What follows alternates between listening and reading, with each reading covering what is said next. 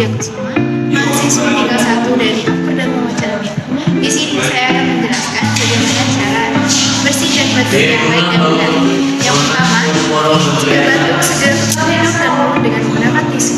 Caranya seperti ini.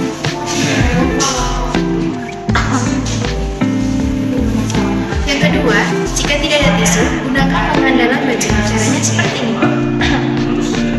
Yang ketiga, cucilah tangan dengan menggunakan air yang mengalir dan sabun atau hand sanitizer yang berbahan dasar alkohol. Yang keempat, setelah tisu digunakan, buang pada pembuangan. Sekian penjelasan dari saya.